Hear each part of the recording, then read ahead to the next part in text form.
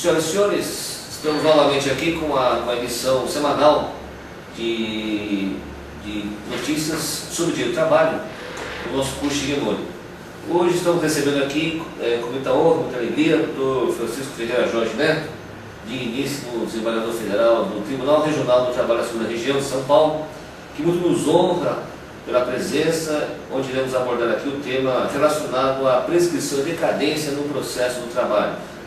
Primeiramente, professor, o senhor me permite, muito obrigado pela vinda, seja bem-vindo. Obrigado, professor. Gostaria aqui de divulgar duas obras valiosíssimas de autoria do professor Dr. Francisco Jorge, que é o curso de Direito do Trabalho, parte material, né, e o curso de Prática Jurídica Trabalhista, a parte processual. Duas obras de valor inigualável. Eu já adquiri aqui meu exemplar, professor, já estou lendo aqui, já vi que eu tenho muito que aprender ainda com as suas obras e com certeza vai nos ajudar muito aqui nos processos que nós temos aqui no nosso escritório também.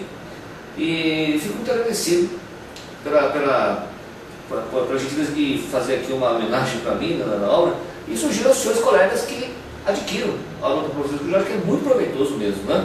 Uma ferramenta indispensável ao advogado no seu dia a dia. Professor Francisco, de início aqui, gostaria que o senhor comentasse bem rapidamente o conceito de prescrição e decadência no processo do trabalho.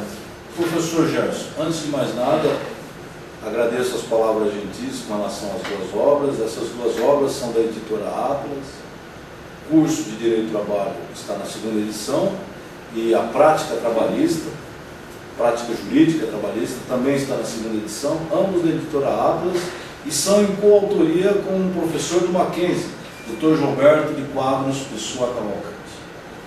Mas não vamos só apenas falar das nossas obras. O Dr. Gerson, além de advogado, de um brilhante advogado, é um brilhante professor. E também tem 2 CDs, não é?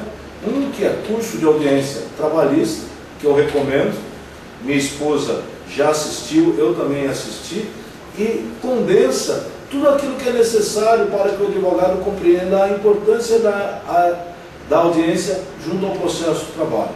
E, na fase de conhecimento, o professor, o Dr. Gerson, também gravou o curso de aspectos práticos de execução no processo de trabalho. Uma parte importante para o advogado, quando já obtendo a sentença, possa também executar a sentença. Não adianta só ganhar, tem que levar, não é, professor? Com certeza, com certeza. Nós que vivemos da litigiosidade, né, como somos operadores do direito, o Dr. Gerson como advogado e eu como magistrado, nós devemos nos operar e nos debruçarmos fazendo o que é melhor na minha função e ele na função. E, além de advogado e de juiz, nós também somos professores, né? E, dentro das nossas limitações, fizemos algumas obras, não é? O professor Gerson fez 2 vídeos já difundidos que podem ser adquiridos como as minhas obras. Obrigado. Obrigado. Dentro do tema agora, professor Gerson, prescrição e decadência. Em primeiro lugar, o que há de comum entre as duas? Em primeiro lugar, a prescrição e a decadência têm em comum o decurso do tempo e a inércia do titular. Agora, no que diferencia conceitualmente a prescrição da decadência? A decadência é a perda do direito pelo seu não exercício, vale dizer. Quando eu sei que um prazo é decadencial ou não? Quando o fato implica no seguinte: você tem um determinado tempo para exercer um direito. Se esse tempo escoar, você perde o direito. Este é um prazo decadencial. Agora, quando você nota a prescrição é, em linhas gerais, como nós poderíamos dizer assim, é a perda da exigibilidade judicial de um direito em consequência de não ter sido exigido pelo credor ao devedor durante um certo lapso de tempo. O que implica nisso? O patrimônio de uma dada pessoa foi violado. Qual o patrimônio? Patrimônio de natureza material como patrimônio de natureza não material, uma ofensa à moral ou uma ofensa a qualquer outro direito de personalidade. Passado um determinado tempo, eu não mais poderei exigir qualquer reparação judicial deste direito. Por quê? Fui inerte e decorreu o tempo. É aí que nós temos a prescrição. A prescrição inicia-se quando o patrimônio ideal ou o patrimônio material ele é violado. Significa que a partir daquele lapso ou a partir daquele fato eu tenho certo tempo para reparar a lesão àquele direito. Se neste tempo eu não vou à justiça obter a reparação deste direito, significa que eu tenho a prescrição. Então a prescrição não é a perda do direito de ação. A prescrição não é a perda do direito material violado. A prescrição é sim a perda da exigibilidade judicial. O que significa exigibilidade judicial? É a perda da pretensão. Pretensão igual ao direito de exigir a reparação em juízo. É assim que nós devemos entender a visão do legislador no artigo 189 do Código Civil, o Código Civil de 2002, quando ele diz assim, professor Gerson, no artigo 189, abro aspas, violado o direito, nasce para o titular a pretensão.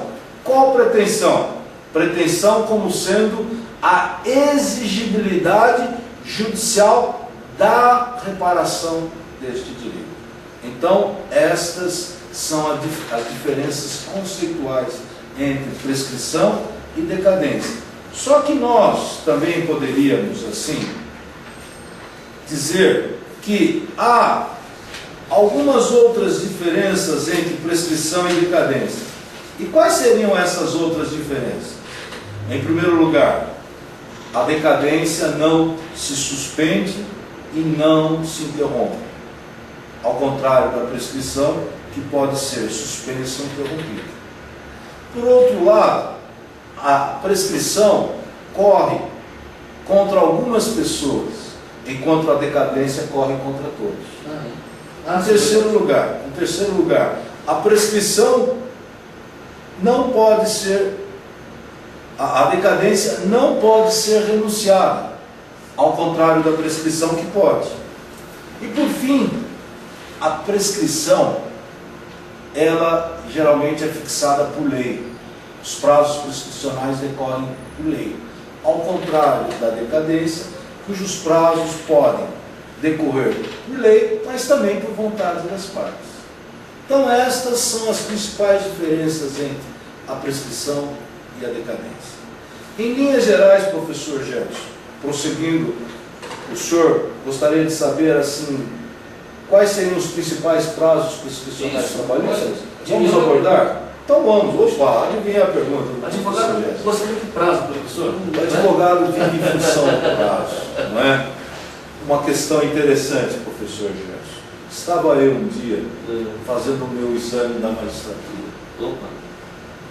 E me perguntaram assim, por que o processo anda? Eu disse assim, porque existe prazo. Mas o examinador me disse assim, só porque tem prazo? Eu falei, porque só porque tem o prazo. Eu me esqueci de uma coisa, a preclusão. O prazo existe para que você o cumpra, porque se você não o fizer, a sua faculdade processual está preclusa. É exatamente o fenômeno da preclusão. O que faz o processo andar são os prazos, mas não só os prazos, também a consequência pela não observação, pela não observância dos prazos, que é o fenômeno da preclusão. Então veja, a prescrição, ela ultrapassa os limites do processo, que faz coisa julgada, se o juiz reconhecer. E a preclusão não. A preclusão é um fenômeno endoprocessual, só vale dentro da relação processual. Que fora seria a prescrição. Fora é a prescrição. É uma das diferenças, é uma das modalidades de diferença entre prescrição e preclusão. Não é? Então veja, Artigo 7º da Constituição Federal, inciso 29. E em segundo lugar, eu tenho o artigo 11 da CLT. Eu tenho dois prazos. Os dois prazos se iniciam em momentos diferentes e são duas modalidades distintas de prescrição. Qual é a primeira modalidade? É a prescrição parcial. Qual é o prazo da prescrição parcial? 5 anos. E ela tem início a cada lesão que ocorra durante o transcorrer do contrato de trabalho. Então, por exemplo, horas extras não pagas no mês de fevereiro de 2007. Até fevereiro de 2012, eu poderei requerê-las judicialmente. É o prazo de 5 anos. E como é que nós computamos esse prazo de 5 anos? A cada lesão de 30 dias. Por que a cada lesão de 30 dias?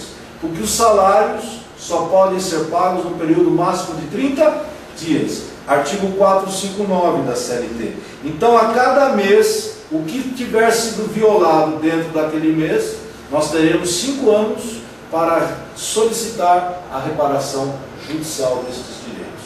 Então, fevereiro de 2007, fevereiro de 2012. Tá certo? E o que começa na vigência do contrato, continua após o término do contrato. Está claro? Agora nós temos uma outra prescrição. Um outro prazo, melhor dizendo, que é o prazo da prescrição total. Quando é que se inicia?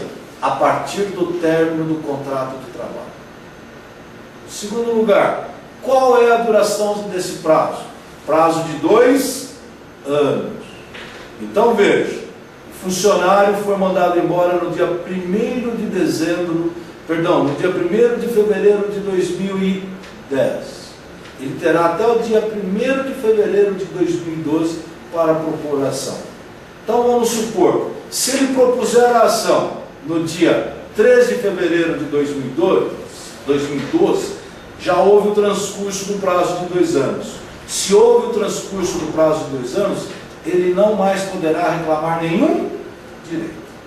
Contudo, se ele reclamar dentro do prazo de 2 anos, nós vamos retroagir os últimos 5 anos, a contar da data do ajuizamento para trás. Então vamos supor, ele entrou em fevereiro de 2005, 1º de fevereiro de 2005, e saiu no dia 1º de fevereiro de 2010. Se ele propuser a ação no dia 17 de janeiro de 2012, o período não prescrito será do dia 17 de janeiro de 2007 até o dia 1º de fevereiro de 2012. É assim que são computados os prazos trabalhistas. Quanto a isso, uma questão importante. A prescrição trabalhista, o prazo dela é interrompido com o ajuizamento da ação junto à Justiça do Trabalho. Súmula 268 do TST. Com relação aos pedidos idênticos. Com relação aos pedidos idênticos. Então veja, olha a pergunta do Dr. Gerson. Vamos supor que eu tivesse hora extra e equiparação salarial. Se eu só reclamei equiparação salarial no dia 17 de janeiro de 2012, só para equiparação salarial houve a interrupção. Se eu não reclamei insalubridade, no dia 2 de fevereiro de 2012, eu não mais poderei reclamar a insalubridade. Por quê? Passou-se o lapso dos 2 anos. Nós poderíamos aditar esse pedido no processo já existente? Acredito que não. Eu não poderia aditar. Porque, em primeiro lugar, a lei é clara. O ajuizamento é o que interrompe a ação. Eventuais aditamentos, se eles forem feitos dentro do respeito dos 2 anos, sim. Mas se passar o lapso de 2 anos, estará irremediavelmente prescrito. Está claro? Muito bem. Eu só uma observação que eu gostaria de fazer da minha parte, que, só com um comentário bem simples, não é nada técnico. mas que alguns advogados, não muitos, alguns advogados recebem o reclamante já na véspera ou antivéspera da prescrição bienal. Sim. Aceitam a causa, estabelecem contratos de prestação de serviço, não advocatício, procuração de judiça e não ajuizam no prazo. Então, por culpa do advogado, por uma negligência, acaba prescrevendo, entre aspas, na mão do advogado. Sim. Eu tenho visto isso aí, a consequência disso que é o seguinte: alguns clientes, primeiramente, procuram a OAB. E na OAB instaura-se um processo administrativo que vai culminar, invariavelmente, na suspensão por 30 dias no mínimo do advogado, caso seja primário. Sim. E na esfera judicial tem gerado uma condenação para o advogado de danos morais pela retirada do cliente da possibilidade de discutir a causa em juízo. Não porque ele perdeu a ação, porque talvez se ele adentrasse o prazo normal de prescrição, poderia perder também. Mas pelo fato de não ter colocado em discussão, o dano moral a ser pago para o cliente. É grave, né? É grave isso aí. Eu acho que é grave e eu até acresço algo a mais à ponderação do doutor. Ele falou em danos morais. Eu acho que dano moral é razoável. Mas nós também poderíamos pensar numa nova modalidade de danos materiais que não são nem os danos emergentes, nem os lucros cessantes, mas que seriam um terceiro gênero daquilo que nós chamamos de dano material, que seria a perda de uma chance. A perda de uma chance, na doutrina não só brasileira, mas na doutrina estrangeira, é muito citada para o advogado, que perde um prazo para opor um recurso, como o advogado, quando, por um descuido, ou por qualquer outra razão, perde o prazo para propor a ação dentro do prazo dos 2 anos. Então veja, além do dano material, além do dano moral, que eu acho que é razoável, nós poderíamos pensar não no que cliente ganharia, mas na possibilidade que ele poderia vir a ganhar aquilo. Então seria a perda de uma chance. Não é a remuneração do que ele ganharia, mas seria a chance que lhe foi obstada dele obter aquilo. Por isso que se chama perda de uma chance. Remunera-se a possibilidade, não o resultado. Isso. Interessante. Muito interessante. Professor Francisco Jorge, eu fico muito grato. É uma grande honra, como falei do senhor, recebê-lo aqui. Gostaria de informar aqui os nossos ouvintes, nossos colegas, que estaremos colocando toda segunda-feira um tema novo no nosso site, com colaboração de Vossa Excelência, sempre muito útil na parte prática da advocacia. E também gostaria de solicitar aos nossos ouvintes que nos enviem sugestões de novos temas e até algumas indagações. Sim. Onde poderemos estudar aqui a indagação e respondê-la aqui no nosso programa. Então, toda segunda-feira estaremos à disposição. Professor. Complementando até as palavras do Dr. Gelson, vocês que nos ouvem, que nos assistem, por favor, a prescrição é um tema que não se exaure só no aspecto do conceito e das diferenças entre prescrição e decadência e desses 2 prazos. Há várias OJs e várias súmulas a respeito de prescrição e decadência. É um tema que a gente pode abordar vários outros encontros aqui no curso, não é? É um curso, professor. Para que a gente possa explicar. E se vocês quiserem um curso mais aprofundado de prescrição trabalhista, mandem e-mails aqui para contato@shigemori.com.br e a gente, dependendo do número de alunos, a gente pode fazer um curso só sobre prescrição e decadência, mas completo.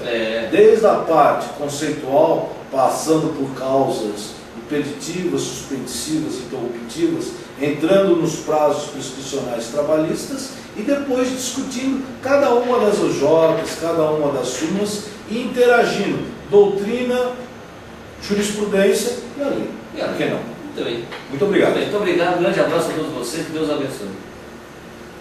Até a próxima vez.